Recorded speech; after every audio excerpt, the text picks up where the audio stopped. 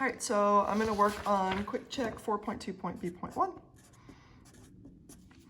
which the first part of that says, what is the name of CLF3? And in order to name this, you can't first just look at it and try to guess its name.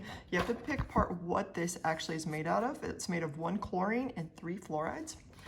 And because we know that depending on what it's made out of, it will have a different type of naming system. So our periodic table is broken down mostly into metals and nonmetals. Don't forget hydrogen up here is also a nonmetal. It generally goes over here, but we keep it here for purposes that you'll figure out later on in the chapter. And so in looking at this, we've got a chlorine and a fluorine, and you'll notice that those are both in the nonmetal section.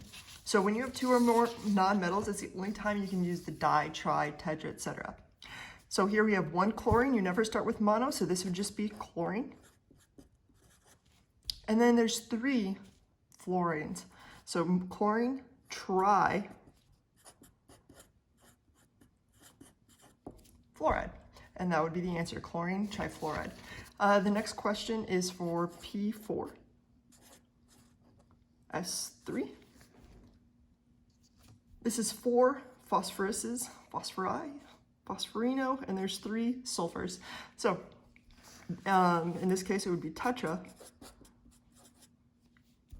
and then tetraphosphorus,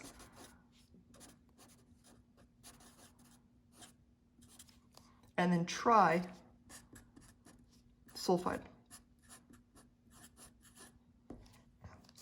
And so just make sure you know those prefixes, you know how to use them, and more importantly, you know the fact, I didn't even go over this with this one, that P and S are also both non-metals. Otherwise, you cannot use the di, tri, tetra, etc.